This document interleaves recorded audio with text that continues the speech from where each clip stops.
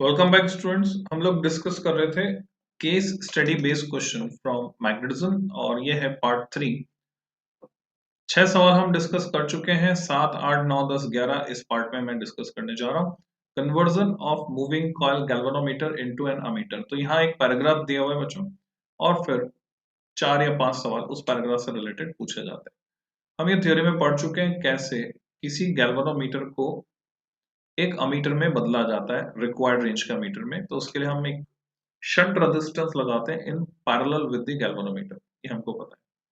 The galvanometer cannot be used as an ammeter to measure the value of the current directly, as it is a very sensitive device.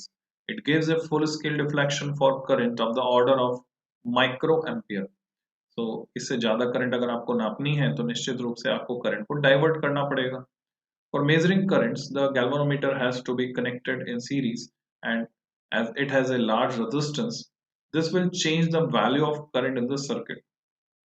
Okay, ये आपको जानकारी दी गई है, क्योंकि अगर galvanometer आप series में लगाएंगे तो जो करंट है वो इस रास्ते से होकर गुजरने से गुरेज करेगी, यानी रिपेल होगी करंट, यानी ये करंट कम हो जाएगी, रेजिस्टेंस बढ़ जाएगा। तो ये यहाँ पे समझाया गया है। तो सवाल पूछा गया, how is a moving coil galvanometer converted into an ammeter of desired range. अगर हम ये पैराग्राफ नहीं पढ़ते तो भी हम इसका सवाल का जवाब दे सकते थे। Connecting a shunt resistance in parallel,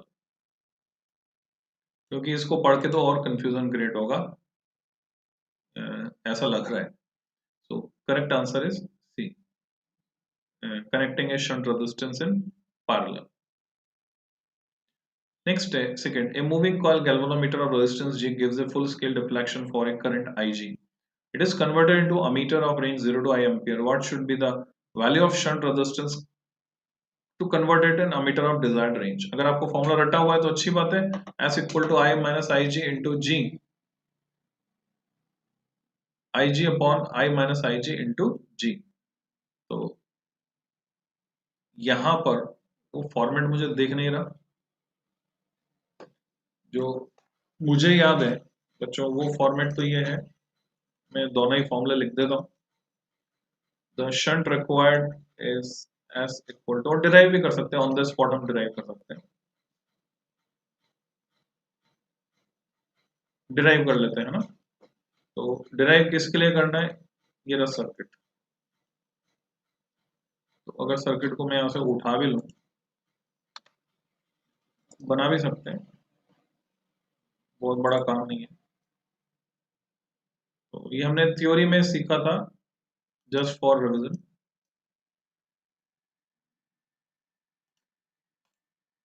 इसको मैंने यहाँ पेस्ट किया।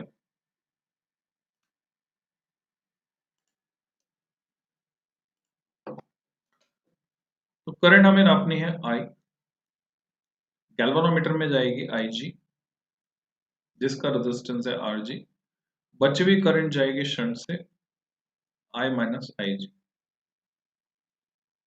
तो टर्मिनल ए और बी के बीच जो पोटेंशियल का डिफरेंस है, जो यहाँ लिखा है वी, उस वी को मैं लिख सकता हूं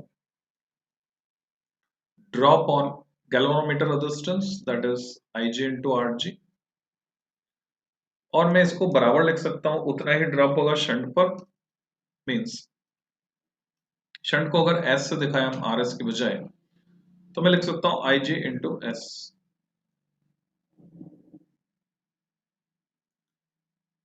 सो व्हाट वी गेट, यहां से एस हमको मिल रहा है, okay, I minus I G into S, not I G, I minus I G into S. तो थोड़ा सा गलत तो मैंने जो लिख दिया उसको मैं सही कर लेता हूँ। हियर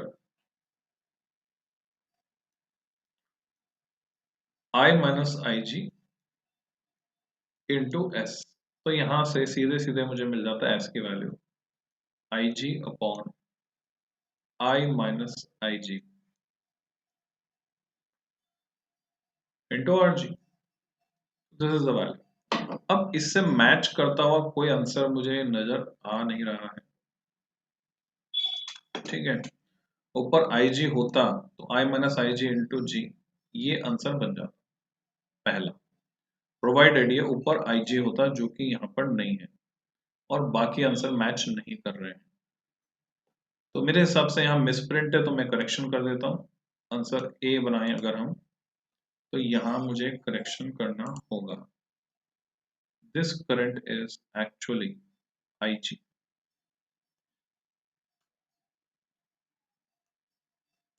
यहाँ से कॉपी करके यहाँ पर पेस्ट कर देता हूँ। Actually it is IG।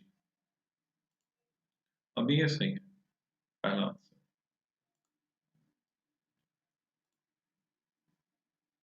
तो बड़ी बड़ी शीटों में छोटी छोटी गलतियां होती रहती हैं बच्चों।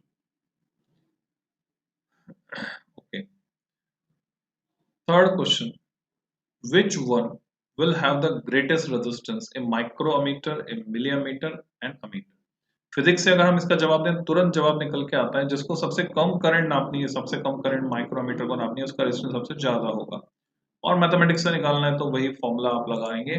माइक्रो अमीटर, ये करंट माइक्रो एम्पियर में होगी तो ये S,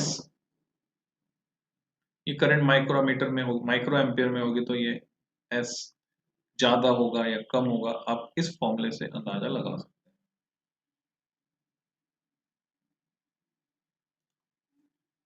the resistance of the ammeter will be, ammeter का रेजिस्टेंस जो अमीटर में कन्वर्ट हो चुका है वो पैरेलल इक्विवेलेंट, ठीक है, 1/G प्लस 1/S, यहाँ ऐसे लिख सकते हैं हम। तो G इंटू एस अपॉन जी प्लस एस होगा। तो रेजिस्टेंस ऑफ अमीटर, ये तो उल्टा लिखा हुआ है तो ये ठीक है। यहाँ पे अगर रेजिस्टेंस ऑफ अमीटर RA है तो हम इस इक्वेशन, इस फर्स्ट ऑप्शन को सही मान सकते हैं क्योंकि पैरेलल में जुड़ा है। Case 8, magnetic moment of electron, electron का मैग्नेटिक मोमेंट एक इंपॉर्टेंट आर्टिकल है, आपको अच्छे से तैयार करना है। In the Bohr model of hydrogen atom, the electron revolves around a positively charged nucleus, such as a planet revolves around the sun.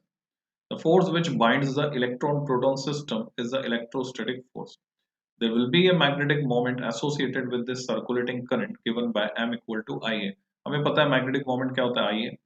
What will be the magnetic moment of the electron in the first orbit of hydrogen atom? ये हमने calculation करके निकाला भी था, अगर आपको direct याद है तो अच्छी बात है, EVR अपॉन 2, क्योंकि IA इसके बराबर आता है। अगर मैं आपको लिख कर बताऊं तो magnetic moment m equal to IA, how much is I होता है Q बाई T। यहाँ पर T टाइम पीरियड के बराबर है क्योंकि एक चक्कर में टाइम जो है वो लग रहा है कैपिटल T के बराबर, जो होगा 2 πr/v, और उसमें चार्ज, इलेक्ट्रॉनिक चार्ज के बराबर इसमें से मूव कर रहा है। तो करंट हमारे पास निकल कर आती EV अपॉन 2 πr, और उसको एरिया यानी पाई आर स्क्वायर से मैं मल्टीप्लाई कर दूंगा, तो EV upon 2 πr into pi R square. तो पाई से पाई कैंसिल हो गया और यहीं से हमें ये आंसर मिलता है EVR अपॉन 2, एक आर भी कम हो गया, और डायरेक्ट रटा हुआ है तो अच्छी बात है, नहीं तो ऐसे आप कैलकुलेट कर सकते हैं। The relation between magnetic moment and angular momentum for an electron revolving in the first orbit of hydrogen atom, से conceptual question है। अगर सही सही रिलेशन वेक्टर फॉर्म में लिखे तो माइनस का साइन भी आएगा, वरना EL अपॉन 2m होता है। तो this is the required relation with slide correction.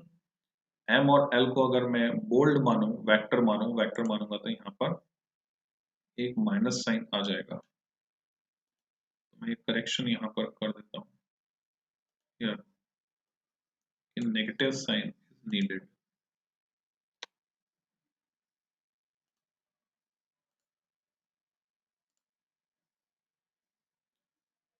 Third, the angle between magnetic moment vector and angular momentum vector is, दोनों एक दूसरे के अपोजिट हैं, so angle is 180 degree।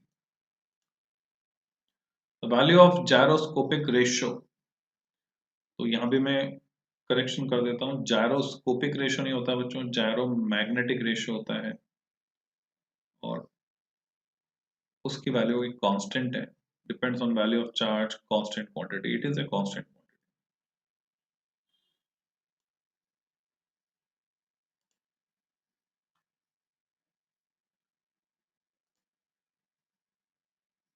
gyromagnetic, not scopic.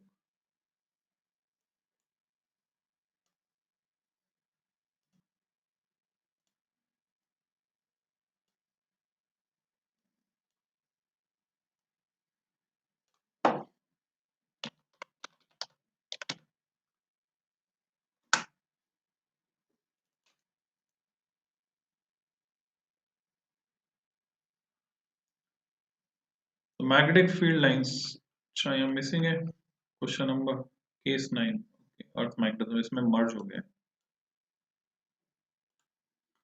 Earth magnetism पर based ये question. The magnetic field lines of the earth resemble that of hypothetical magnetic dipole located at the center of the earth, जैसा हम यहाँ देख रहे हैं. The axis of the dipole does not coincide with the axis of rotation of the earth but is presently tilted by approximately 11.3 degree. तो आपने magnetism की theory में इसको पढ़ा सीखा था, पुराने लेक्चर्स आप मेरे देख सकते हैं, 2017 के भी चलेंगे, 18 के भी, उससे पहले के भी चलेंगे. With respect to the later, if the magnetic needle is perfectly balanced about a horizontal axis so that it can swing in a plane of the magnetic meridian, जिसको हम dip needle बोलते हैं, the needle would make an angle with the horizontal. This is known as the angle of dip, also known as angle of inclination. What is the angle of dip at the equator? Equator पे needle बिल्कुल सीधी रहेगी क्योंकि वहां पर vertical component zero है, सारा का सारा magnetic field horizontal direction में होता है. That's why angle will be 0 degree. मैं सेलेक्ट करूंगा इस आंसर को, will be 0 degree. At the poles the dip needle will, pole पर निडल हो जाएगी बच्चों वर्टिकल, क्योंकि सारा का सारा मैग्नेटिक फील्ड पोल पर वर्टिकल होता है. Angle of dip where the vertical component of earth magnetic field is equal to horizontal component. जब बी और एच बराबर हो जाएंगे, वी और एच बराबर हो जाएंगे वर्टिकल एंड हॉरिजॉन्टल कंपोनेंट, तो टेन थीटा होता है, सॉरी थीटा होता है टेन इनवर्स, या डेल्टा होता है, डेल्टा भी बोल सकते हैं इसको, tan inverse V B V by B H. अब लोग फैमिलियर हो, अगर नहीं है तो मैं फॉर्मूला लिख देता हूँ. ये क्वेश्चन बहुत बार आया हुआ है बच्चों. डेल्टा से दिखा रहा हूँ अगर एंगल ऑफ डेप्थ को, then it is tan inverse bv upon bh, and tan inverse 1 is 45 degree. That's why it is 45 degree. Which of the following independent quantities is not used to specify the earth's magnetic field? किसको use नहीं करते? तो बच्चों vertical component को use नहीं करते, बाकी तीन जो है उनको बोलते हैं एलिमेंट ऑफ अर्थ मैग्नेटिज्म. 10वां सवाल है force between two infinitely long parallel current carrying wires के बारे में. आप चाहें तो पैराग्राफ पढ़ें, पैराग्राफ नहीं पढ़कर भी हम जवाब दे सकते हैं, शायद चेक करते हैं, पैराग्राफ नहीं पढ़ते इस बार. A vertical wire carries a current in upward direction and electron beams sent horizontally towards the wire will be deflected. Vertical wire imagine किया आप, कर लीजिए आपके सामने जो है करंट ऊपर की तरफ कैरी कर रहा है, तो इसके चारों तरफ मैग्नेटिक फील्ड होगा. ऊपर से देखने पर एंटी क्लॉकवाइज सेंस में इलेक्ट्रॉन बीम इसकी तरफ भेज रहे हैं horizontally, the wire will be deflected, wire किधर डिफ्लेक्ट हो जाएगा. इलेक्ट्रॉन बीम अगर जा रही है इसकी तरफ हॉरिजॉन्टली, वायर वर्टिकल है, इलेक्ट्रॉन बीम हॉरिजॉन्टली जा रही है, तो इलेक्ट्रॉन बीम की वजह से करंट इधर होगी, करंट इधर होगी, तो उसका मैग्नेटिक फील्ड जो होगा वो इमेजिन कीजिए किस तरह से होगा. तो उस मैग्नेटिक फील्ड की वजह से इस वायर पर क्या फर्क पड़ने वाला है? इस वायर पर ये फर्क पड़ने वाला है कि मैग्नेटिक फील्ड काम कर रहा है इस पे, मान लीजिए ऐसे बाहर की तरफ मेरी तरफ, ठीक है, इलेक्ट्रॉन बीम आपने इधर भेजी है हॉरिजॉन्टली, किसी भी डायरेक्शन से आप भेज सकते हैं, तो मैग्नेटिक फील्ड इधर काम कर रहा है, करंट ऊपर, तो आई एल क्रॉस बी इस पर फोर्स लगेगा. तो आई एल क्रॉस बी अगर मैं करता हूं, आई एल क्रॉस बी, तो टुवर्ड्स राइट लगता है फोर्स. पहला आंसर सही है, पर बहुत ज्यादा अच्छे से डिफाइंड नहीं है ये क्वेश्चन. डायरेक्शंस में जस्ट जैसे मैंने बोला वैसे इमेजिन करते जाएंगे तो टुवर्ड्स राइट आएगा. A current carrying straight wire is kept along axis of a circular loop. Current carrying straight wire, उसको हमने लग दिया along axis of a circular loop carrying a current. तो क्या सिचुएशन होगी, डायग्राम बनाकर उसको आप इमेजिन कर सकते हैं.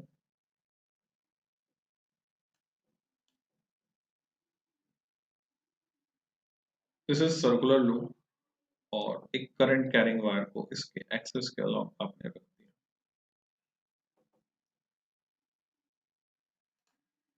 Straight wire is kept along axis of circular loop carrying a current. दोनों में करंट है तो स्ट्रेट वायर लूप पर किधर फोर्स लगाएगा वो हमें पता करना है।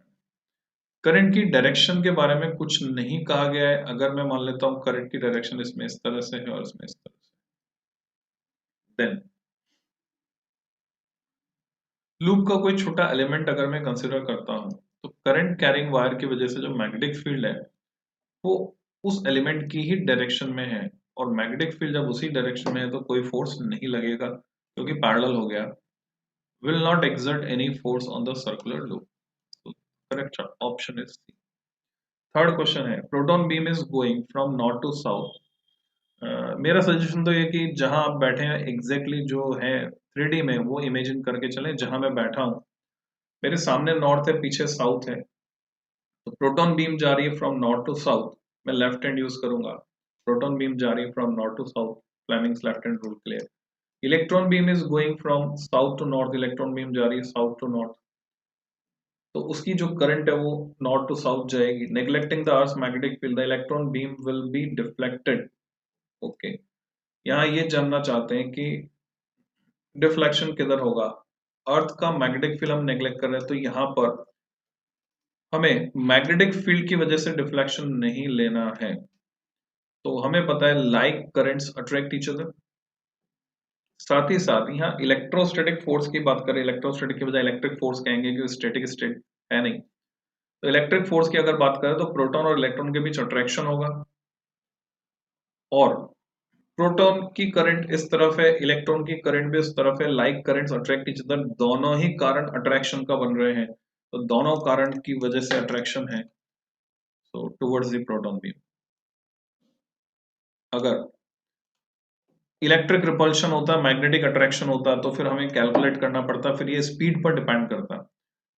अभी करंट जो थ्योरी के 2020-21 सेशन के लिए जो फंडामेंटल ऑफ फिजिक्स प्लेलिस्ट है फिजिक्स फंडामेंटल्स वाली, उसमें लेक्चर में मैंने इस केस को डिटेल में डिस्कस किया। Question number 4, consider the situation shown in figure. The straight wire is fixed but the loop can move under magnetic force the loop will. बच्चों में बहुत ही इंपॉर्टेंट कंसेप्ट है, इस पे कंपटीशन में बोर्ड में क्वेश्चन बनते ही रहते हैं। तो आप देख रहे हैं जो सिचुएशन है उसके हिसाब से ये पास वाले वायर में अगर मैं इसको बनाकर बता दूं आपको तो शायद बेहतर हो।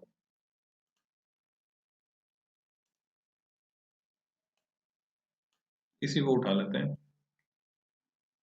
और इसको मैं यहाँ पेस्ट कर देता हूँ।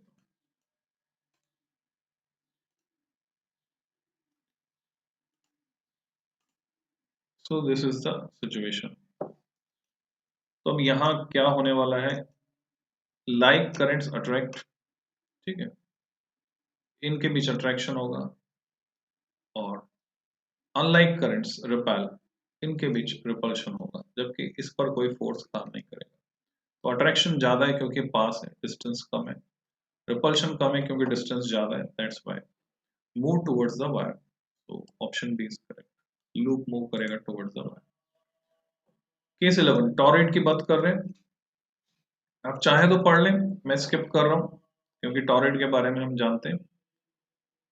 तो ये टॉरॉइड की डिटेल है। First, the magnetic field inside a torrid of radius capital R is P. If the current through it is doubled, current दुगना कर देते हैं, and the radius is also doubled, हम जानते होते हैं म्यू जीरो एन आई, current double करने से डबल हो जाएगा। रेडियस पर डिपेंड नहीं कर रहा दिख रहा है। Keeping the number of turns per unit length same, N को हमने फिक्स रखा है। Magnetic field produce by it will be, क्योंकि मैग्नेटिक फील्ड है म्यू जीरो एन आई, क्योंकि रेडियस पर डिपेंड नहीं कर रहा है तो remain B. Correct option is C. What is the magnetic field in the empty space enclosed by toroid of radius r? empty space की बात करें बीच में जो खाली है तो वो तो जीरो है और enclosed by the toroid, अब ये यहाँ थोड़ा सा कंफ्यूजिंग हो गया क्वेश्चन। यहाँ तो है मैग्नेटिक फील्ड, ये इस पोर्शन में जीरो है, तो एनक्लोज बाय टॉरॉइड अगर बोलेंगे तो वहां तो है म्यू जीरो एन आई। सो म्यू जीरो एन आई इसमें कोई आंसर है नहीं, इसलिए मैं जीरो को आंसर बनाऊंगा ये मानते हुए कि ये एनक्लोज नहीं है, empty space inside the toroid होना चाहिए। This word should be corrected. Third question, toroid of 300 turns per metre, small N दिया हुआ है आपको, रेडियस 2 सेंटीमीटर, इसको मीटर में बदल लेंगे, आर दिया हुआ है, is carrying a current of 5 ampere, what is the magnitude of magnetic field intensity in the interior of toroid. R का रोल नहीं है, म्यू जीरो एन आई निकालना है हमको। So mu zero N I से अगर मैं इसको कैलकुलेट करता हूँ, देखने पे लग रहा है जैसे न्यूमेरिकल है ये question. So mu zero is 4 pi into 10 power minus 7, n is 300 and current I is 5 ampere. So what we get, 5 3 ja 15, 4 ja 60, 60 pi into 10 to power minus 7 में से ये दो पावर कम हो गई जीरो की, तो माइनस 5 बचा, और एक जीरो और कम कर देंगे इधर से। अच्छा, इसको मल्टीप्लाई भी कर सकते हैं हम 3.14 से, तो 6 into 3.14, what we get, 6 4 जा 24, 2 6 जा 6 7 8, 6 3 जा 18,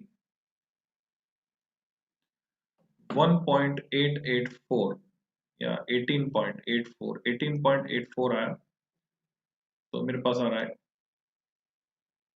180, क्योंकि ये 60 का जीरो और है ना, तो 188.4 इंटू 10 पावर माइनस 5, जिसको मैं लिख सकता हूँ अप्रोक्सीमेटली साइंटिफिक नोटेशन में 1.9, तो दो जीरो यहाँ से और चले गए, तो into 10 power minus 3 Tesla. So correct answer is option C. Fourth, magnetic field due to a current carrying toroid is independent of its number of turns, नहीं उस पर डिपेंड करता है, रेडियस पर डिपेंड नहीं करता। How can you increase the magnetic field inside a toroid? क्या करके हम बढ़ा सकते हैं? By increasing the radius? No. By decreasing the current? No. By introducing soft iron core? Yes. Answer की चेक करते हैं, तो ये चलते हैं उल्टा हम, फिफ्थ का आंसर तो दिया नहीं है, तो वो बी है, तो B C C D, B C C D.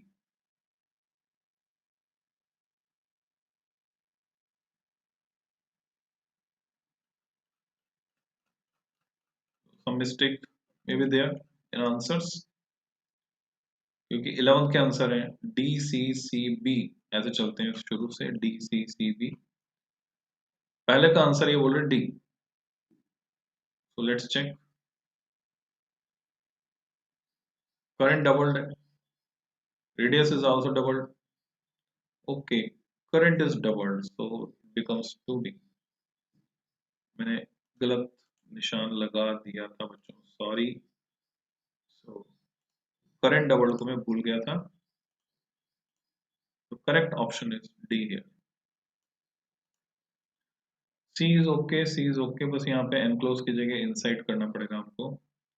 यहाँ बोल रहे हैं D, magnetic field due to current carrying toroid is independent of, dependent, magnetic field due to a current carrying toroid is independent of, किस पर निर्भर नहीं करती।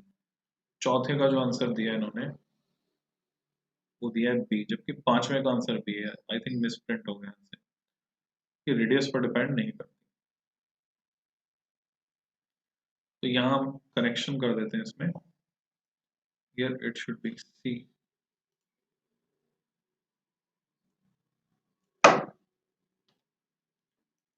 और यहाँ है बी।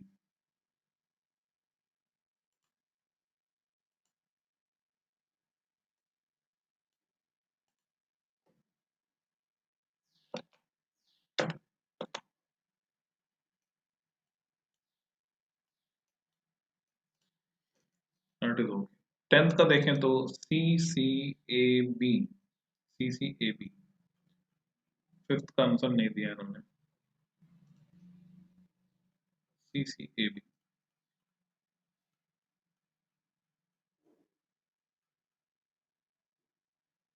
यहाँ C दिया है फर्स्ट का, तो लेट्स चेक इट अगेन। बाकी तो मैच हो रहा है, ए बी, पहले का मैच नहीं हो रहा है। वर्टिकल वायर डायग्राम बना लेते हैं। Vertical wire carries a current in upward direction दी हुई है। An electron beam sent horizontally towards the wire. Sent horizontally towards the wire.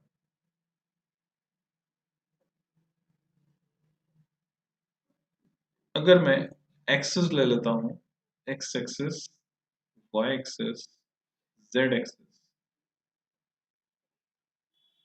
तो बच्चों मैं कह सकता हूं कि इसका जो मैग्नेटिक फील्ड है इस इलेक्ट्रॉन बीम पर जो काम करेगा वो राइट हैंड रूल से बाहर की तरफ आएगा। पर इन्होंने पूछा है वायर विल बी डिफ्लेक्टेड, तो इसका मैग्नेटिक फील्ड निकालूं मैं, तो बेहतर होगा कि मैं मैग्नेटिक फील्ड निकालूं इलेक्ट्रॉन बीम की वजह से। तो बच्चों इलेक्ट्रॉन बीम इधर जा रही है, तो कोरस्पॉन्डिंग करंट जो है वो इस डायरेक्शन में जाएगी, और जब करंट इस डायरेक्शन में जा रही है, ऐसे मान सकते हैं हम, इलेक्ट्रॉन बीम उधर जा रही तो उसके अपोजिट करंट कैरिंग वायर पड़ा है, तो इस वायर पे लगने वाला मैग्नेटिक फील्ड होगा इनवर्स, राइट हैंड रूल से इनवर्स, तो उसको मैं दिखाऊंगा क्रॉस से। मैग्नेटिक फील्ड है इनवर्स और इसमें करंट है अपवर्ड्स। इनवर्स का मतलब minus J, sorry minus Z, minus K, तो ये तो है मैग्नेटिक फील्ड की डायरेक्शन। और करंट की डायरेक्शन है J cap, current is directed along J cap. तो जो फोर्स होता है Fm equal to I L cross B, cross product में हमें क्या करना है, आई को बी की तरफ घुमाना है, तो बी अंदर की तरफ गया, B I L cross B, I L, I L is upwards cross B, so it is towards left, not right, towards left, जबकि यहाँ आंसर अपवर्ड दिया हुआ है। तो जैसे मैंने बोला था कुछ इसमें क्लैरिटी कम है, तो क्लैरिटी कम है तो नॉट वेल डिफाइंड की कैटेगरी में हम इसको डालेंगे। क्लैरिटी कम है इसमें, हॉरिजॉन्टली टुवर्ड्स वायर, तो जो सिचुएशन हमने इमेजिन की उसके हिसाब से टुवर्ड्स लेफ्ट आ रहा है, तो अकॉर्डिंगली इसमें करेक्शन आप कर सकते हैं। अपवर्ड्स कैसे मिल रहा है अगर आपको लगता है तो आप मेरे से डिस्कस कर सकते हैं व्हाट्सएप पर। नेक्स्ट क्वेश्चन नंबर 9 के आंसर्स अगर मैं देखता हूं, केस 9, इसी को उठा के कॉपी कर लेते हैं।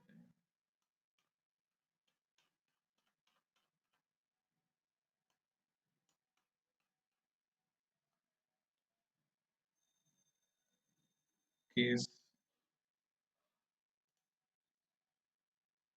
6, 7, 8, 9, हियर आर द आंसर्स। 6 तो कर चुके हैं, 7, 8, 9 देखना।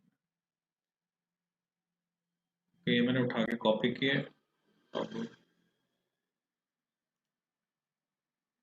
यहाँ पर पेस्ट कर देता हूँ, इससे साथ के साथ हम देख पाए।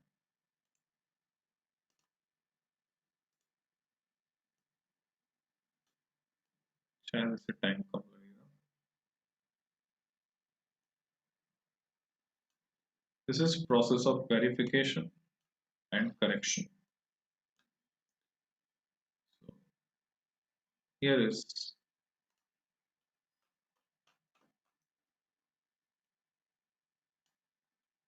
Question number, case 9। केस 9 में आंसर्स हैं,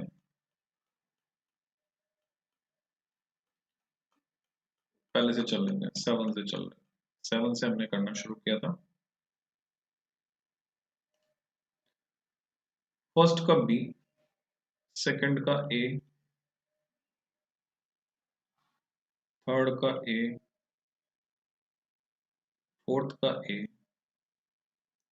फिफ्थ का आंसर, फिफ्थ है नहीं इसमें। केस 8, फर्स्ट का ए, सेकंड का ए, सेकंड का ए, थर्ड का डी, फोर्थ का बी। सही है। 9, फर्स्ट का ए, सेकंड का बी और सेकंड, थर्ड का बी, फोर्थ का D. So all is well बच्चों। नेक्स्ट लेक्चर में, यानी मैं ये एक्सरसाइज यहाँ खत्म कर रहा हूँ, नेक्स्ट लेक्चर में हम लोग डिस्कस करेंगे assertion reason, then case study based किसके लिए, ईएमआई एंड एसी के लिए। Till then, happy learning.